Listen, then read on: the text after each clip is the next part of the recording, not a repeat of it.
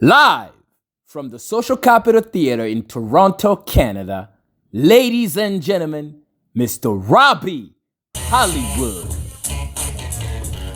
Let's go, Toronto, what's up? Hello. Shit, how y'all feeling? Good? That's what I'm talking about. Where my anti-vaxxers at? Anti-vaxxer? Anti-vaxxer? Anti-vaxxer? That guy's an anti-vaxxer for sure, I can tell. He gave me that look, you know? That look that says, Jesus is my vaccine, nuggle.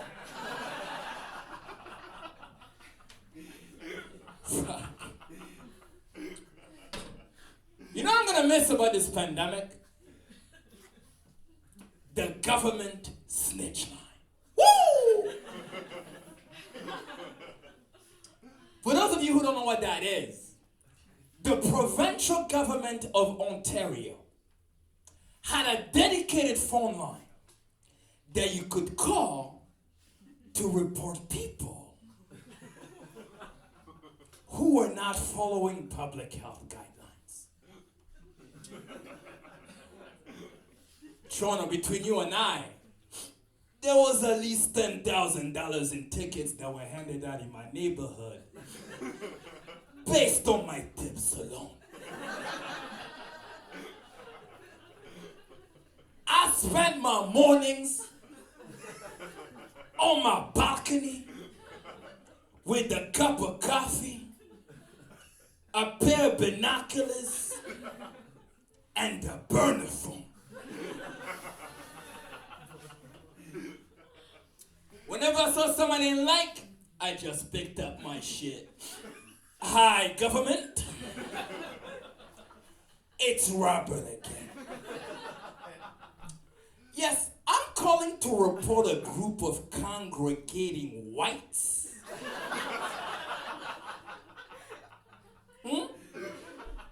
Frisbee government, I believe. They're playing frisbee, yes. Yeah? No, thank you, government. My serve arrived on time again. All right. Okay, bye-bye. No, you hang up first, government.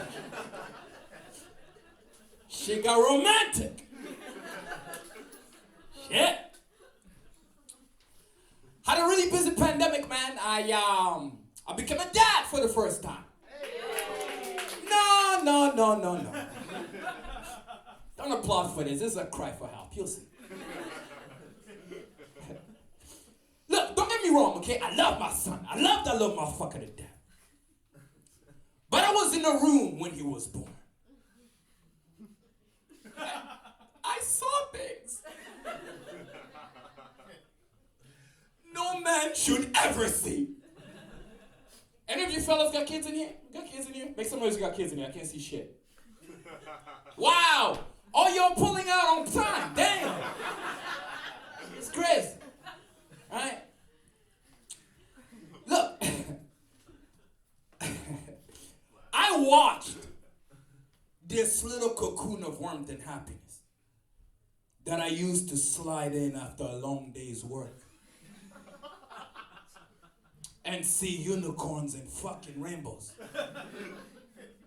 turn into this creature out of The Walking Dead. Just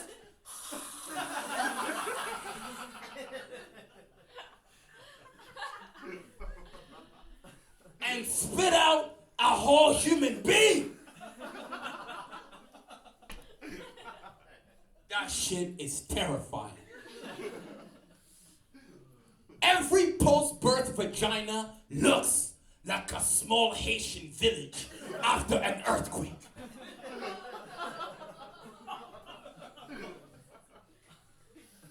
It's true. See, that's where the second job of the doctor comes in.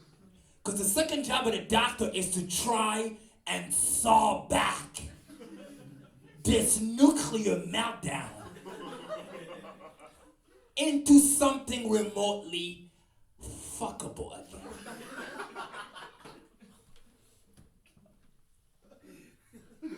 So I watched this man pull out a hook needle and just start doing crochet on the pussy. Just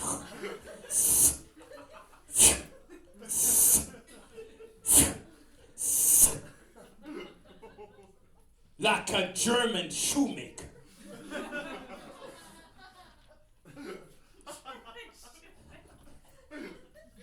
And I'm not gonna lie to you people, okay? At first I was taken aback. I was like, hey, doc, I'm not a small boy. How that are you trying to make it? And this guy, without missing a beat, is like, how tight do you want it?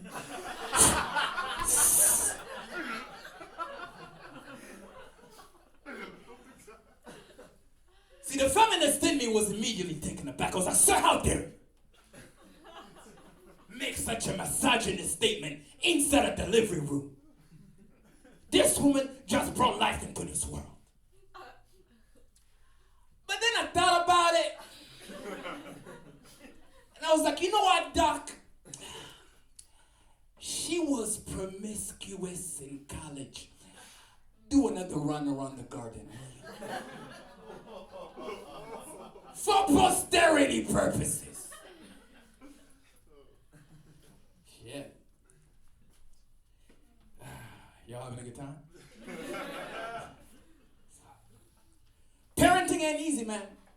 Parenting ain't easy. It is one big decision after the other.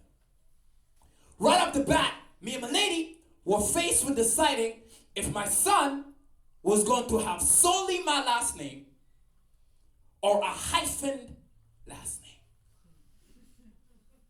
Now, trying to call me old-fashioned, but I believe a child should solely be named after their father.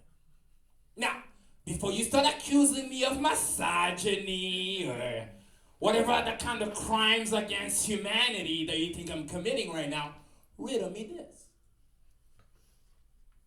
If you put $1 inside a vending machine, and said vending machine gives you a Coca-Cola, whose Coca-Cola is it really? Because I've never had a vending machine ask me for a sip. Have you? Booyah! Glory, glory, hallelujah. The patriarchy triumphs again.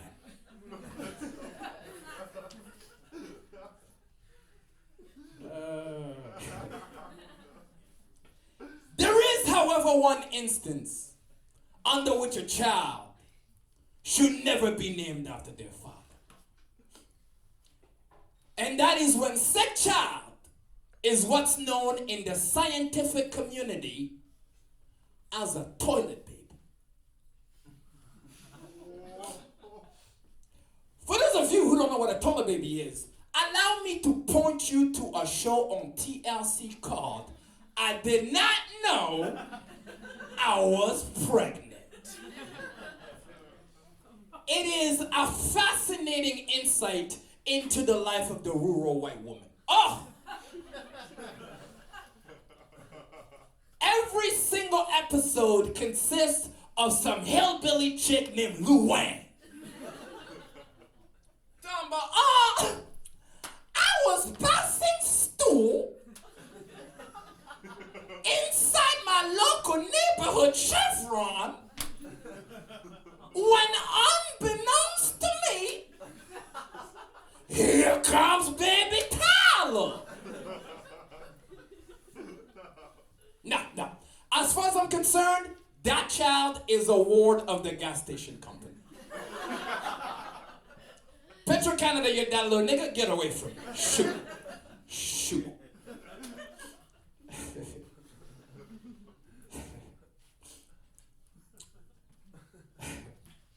Another reason why I wasn't really gung-ho about the whole hyphen last name business is because my last name is Mudenge.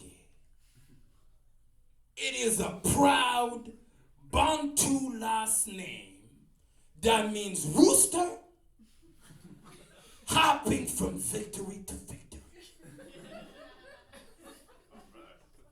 It can be traced for 1,000 years inside the African plains of the KwaZulu-Natal. Her last name is Downer.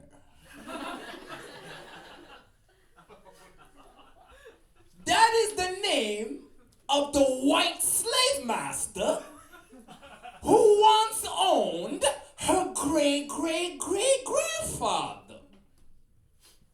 Now, Toronto, don't get me wrong. I'm not mad at the guy. He is, after all, the reason why she's light-skinned. As rumor would have it, Master Downer had the nasty little habit of laying with his farming equipment. I know, I am as shocked and appalled as you are. Hence why I didn't think that we should be rewarding that kind of behavior by naming our firstborn child after him. Are we raising a child or a Confederate monument? Pick a side, bitch. Pick a side.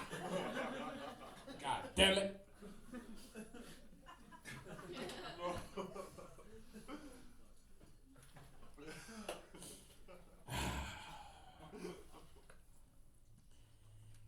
They say you never sleep the same after you become a parent. I believe that. And I'll tell you why. It's because I have been agonizing over doomsday scenarios that I never really thought about until I became a dad. For example, right? I was sitting on my couch the other day asking myself, what am I going to do the day my teenage son walks up to me and he's like, Daddy, Mrs. Jones, my homeroom teacher, and I, we've been fucking Daddy and I love her, goddammit. What am I going to do? Because I'm going to be honest with you, Toronto, okay? Every time I see those stories in the news, my blood boils. Because I'm like, where were these unsung heroes when I was in high school?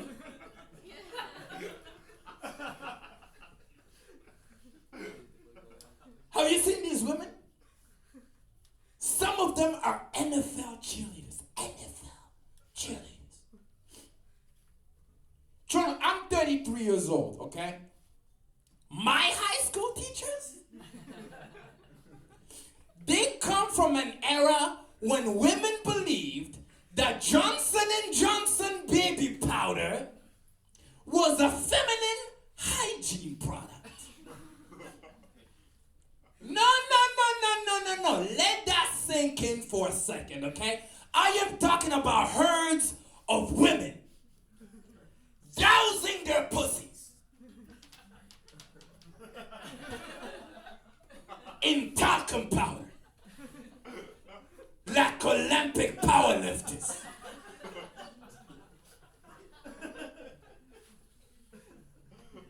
Ladies, if your pussy cannot dunk a basketball, why?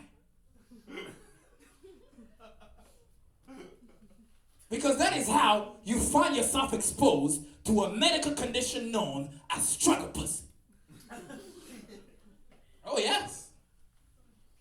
For those of you who don't know what struggle pussy is, if I could explain it in lemon terms, I would say that it tastes like cold McDonald's French fries.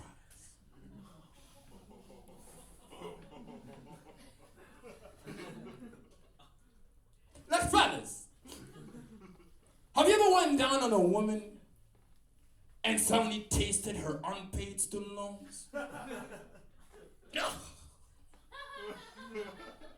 That shit is an immediate shock to the nervous system. I instantly get an attitude. I'm like, oh, bitch! You don't got half or a deposit or something? Shit! You went to Everest semester, bitch. How many installments do you need? This is some fiscally irresponsible pussy you have on your mind. I mean, frankly, shame on you and on this pussy for not telling me before you put it in my mouth. This pussy don't pay bills.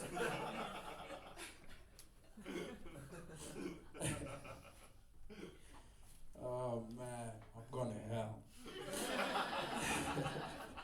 I have sisters, too. That's crazy.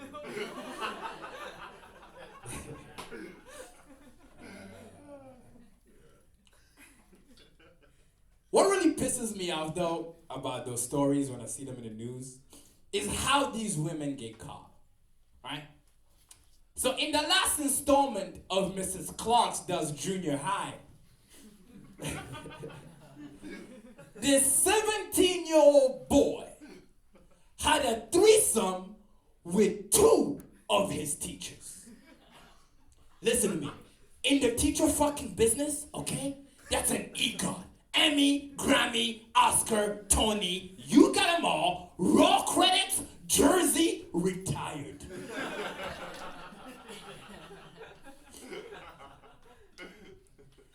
And then this little motherfucker turned around and told his mom.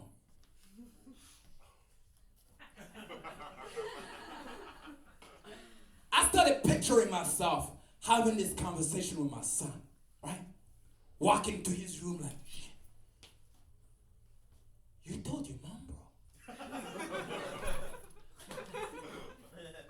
You told your... You could have died a legend. Tales of your accomplishments told around the campfire for generations to come. But you told your mom, bro. You know what? I raised no snitch. You're dead to me. You hear me? You're dead.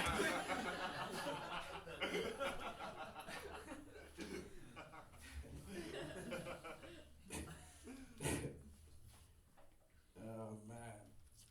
But see, me, I was a nasty little motherfucker in high school. Right? Because here's the problem, right? Not only he ruined the life of these 2 angels whose sole purpose in life was to make dreams come true, one teenage boy at a time. But see, he also fucked it up for the lineup, right? Because you have to understand the dynamics of high school. As soon as the word gets out, there's a bunch of little motherfuckers all waiting their turn, circling the wagon. Like a bunch of hungry hyenas. Down by yo. I have it on good authority that Mrs. Clark's is fucking. What?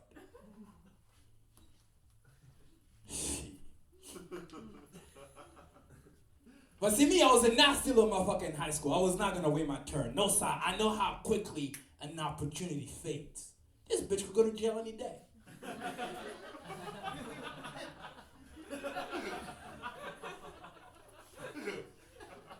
Soon as I found out, I'm gonna blackmail my way to the front of the list. Just walk up to this bitch after math class. Mrs. Clark's. It's a nice job you got here. Be ashamed if something happened to it, you know? Oh, you know why I'm here. You nasty old thing. Oh, man.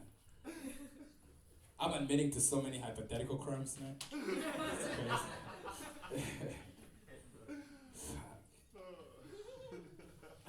What's going on here? You guys bumping peepees or what? Guys dating? No? Oh, shit, son. This guy is like, that would be 2 Ubers for $500. What's going on? That's your girl right there? Yeah? How long have you guys been dating? Not long. Not long? Okay. What did you get him for Valentine's Day last year? It hasn't been that long. It hasn't been that long. Oh, shit. I saw y'all start going out on date nights in this economy. That's crazy. What's your name, sweetie? Amelia. Amelia? Yes. Amelia, let me ask you a question. seem like a well-adjusted woman with a good head on your shoulder. A plus or minus a drinking problem, but my stage is a no judgment zone.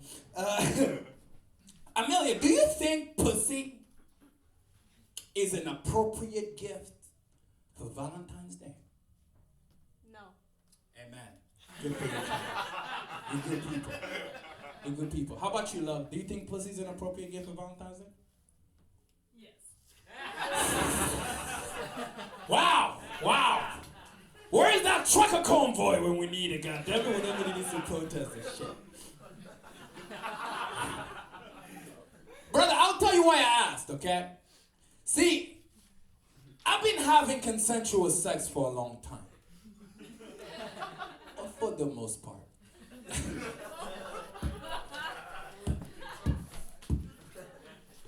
But see, here's the problem with us guys that like consensual sex, right? We have to do nice things for women in order to get laid, right? And that includes buying them shit for Valentine's Day, right? So every year, I'm in the card aisle at Walmart, right? Bright-eyed and bushy-tailed. Not a single woman in sight. It's just a bunch of dudes hunched over like fucking gargoyles, scheming through the cards, and occasionally turning to look at each other, wondering what happened to our balls.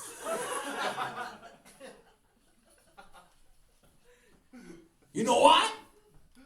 Because society has made it so that pussy is an appropriate gift for Valentine's Day. So I would like to take a moment this evening to welcome you ladies, especially you, to tonight's episode of Mythbusters. Pussy is not an appropriate gift for Valentine's Day.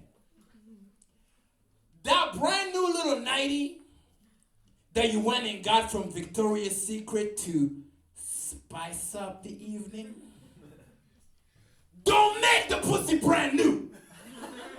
Men like flowers too.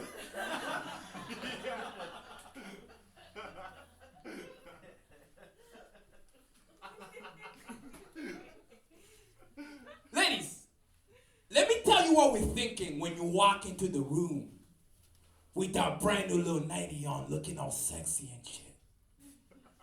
Talking about, oh, your gift has arrived.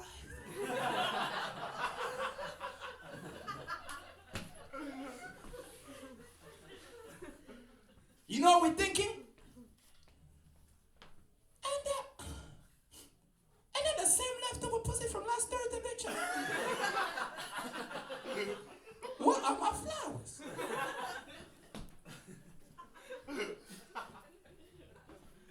How are you gonna take the candy out of my mouth, put it into a brand new wrapper, then try and sell it back to me? Bitch, you are scandalous.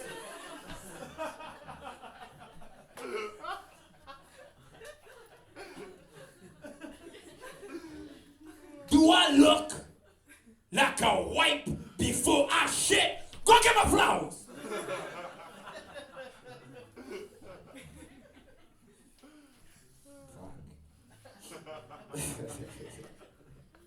Y'all having fun?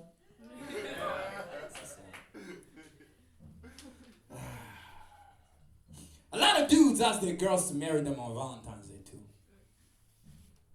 And I'm not gonna lie to you people, I've thought about it, right? Me and my lady been together for a while, right? We have a kid together, she's a good homemaker. Why not make an honest woman out of her? Any married man in here, make some noise if you're married. Married man? God damn, nobody fucking after the pandemic, huh? Damn. Damn, the cops are pussy must have went out. This is crazy. I'm in the streets of the I'll tell what holds me back, okay? I'll tell you what holds me back. Tell me if I'm crazy, right? First of all, nowadays, right? If you're gonna ask a girl to marry you, right? You can't just drop on one knee in the middle of your living room, right? And start professing your love for her like a shoeless peasant. No, sir. Not with the modern day woman. No. Nowadays, you have to conjure some kind of Instagrammable proposal. Right? That consists of expensive champagne, white dolls, and $1,000 in red roses. If your shit don't look like a Mariah Carey video, did she really say yes? Those are the questions that keep me up at night. That's precisely why I do drugs. Then you gotta find a ring, right? Then you gotta cut off your side bitches. Look, it's a lot. It's a lot of paperwork, is what I'm saying. You know? Gotta cut off the side bitches, man. Gotta cut off the side bitches. You know why? Because when you decide to get married, you are now inviting the federal government into your relationship. Can't fuck that up. That's how your dad ended up being homeless, remember? No? Okay, never mind, bro, never mind. Honestly, dude, I don't know your dad. I just thought you were a child of divorce. You have this palpable sadness in your eyes, frankly. No. It's hard to look at, bro. Please consider moving to the back. I can't.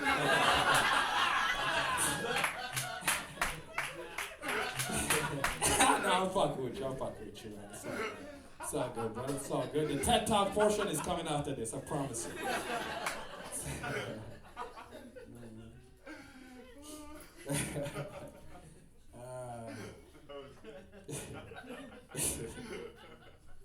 Gotta cut off the side bitches, man. Gotta cut off the side bitches. You know why? Because the moment you get engaged and a video hits Instagram, your side pieces become something just uncontrollable. They start sending you passive-aggressive text messages. Shit like, oh, so I see you popped the big question. Please extend my congratulations to the wifey. Really? Really, Heather? How do you propose that I do that, simple bitch? How do you propose that I do that? Should I just walk up to her while she's getting ready for work in the morning and be like, babe, you're not gonna believe this. That chick that I cheated on you with last Tuesday, she says congrats.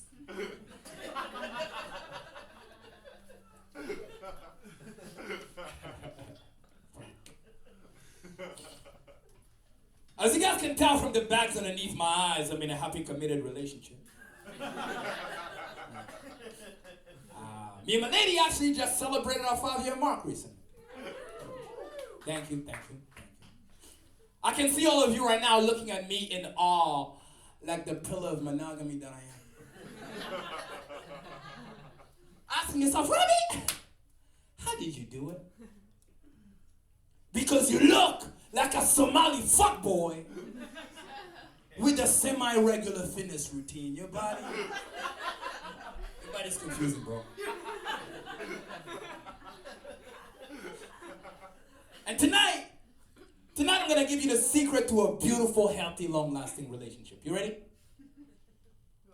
The secret to a beautiful, healthy, long-lasting relationship is violence, okay? My girl is Jamaican. She runs a tough shop.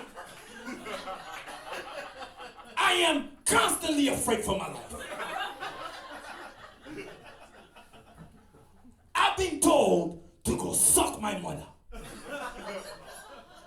So many times.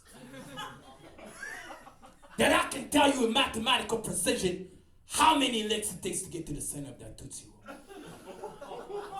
That's right. That's a joke about going down to my mom, son. Look, I guess the point that I'm trying to make is that I miss dating a girl that I can take in a fight, you know?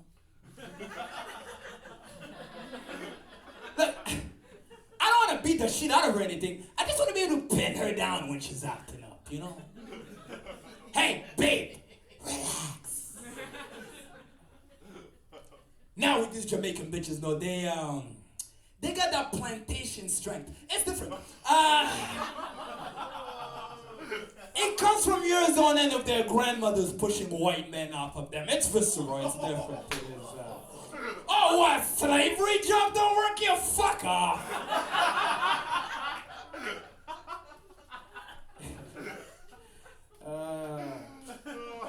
As you know, truth be told, Toronto, okay, I'm the problem, okay? Look, and I can see the look in the room going from admiration to, Robbie, are you going around sticking your dick into anything with the pause? And I'm gonna clear that right now, Toronto, okay? Fake news, okay? Pulse is optional, nigga, I'm fucking. I'm a hoe! Here's the brass tacks of the whole thing. My heart is hers. The dick, that's for the people. So I like to call my dick healthcare. I'm a socialist when it comes to this penis, baby.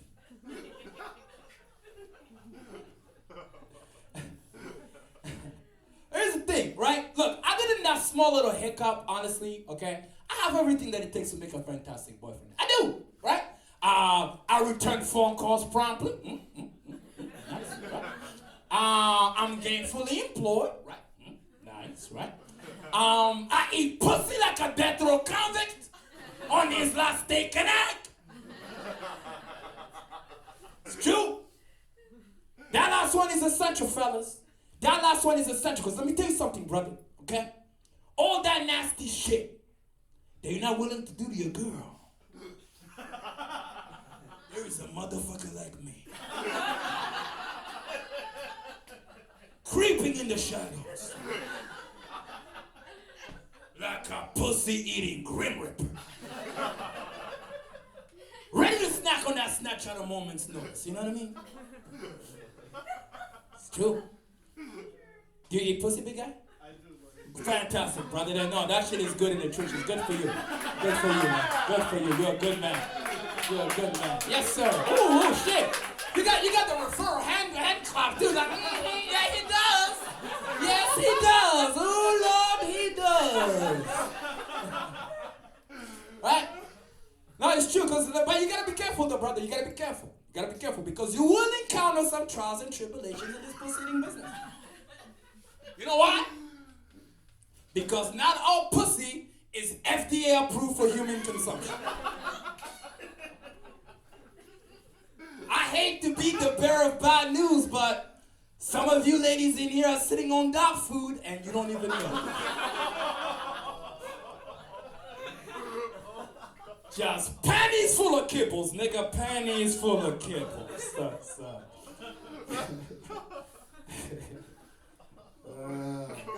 That's why personally for me though, boys, okay, take this piece of advice and don't. Personally for me, as a ground rule, as a question of safety, I don't go down on women if I born in 2 abortions. No. No. That's how you start hearing voices in your head. You gotta be careful, you gotta be careful. You gotta be careful. You gotta be careful. You know?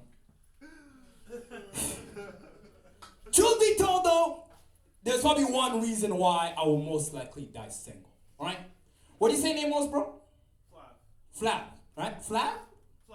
Flav. All right. Flav, let me ask you a question. Hey.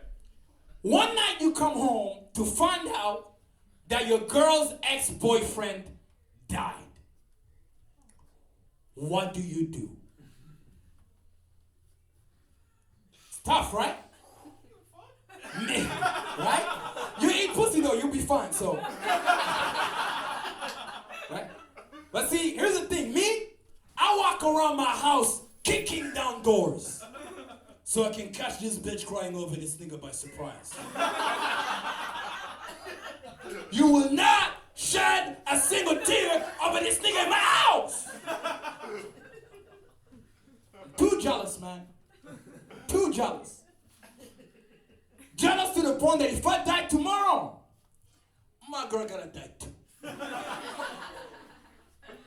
is none of that, oh, he would have wanted me to move on. Meet somebody else.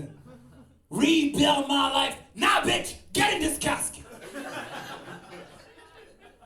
I ain't dead, we dead. Not gonna let something as trivial as death do us apart. That's laziness. Tron, I've been Roby Hollywood. Thank you so much. Appreciate it. It was a great night for me. Thank you.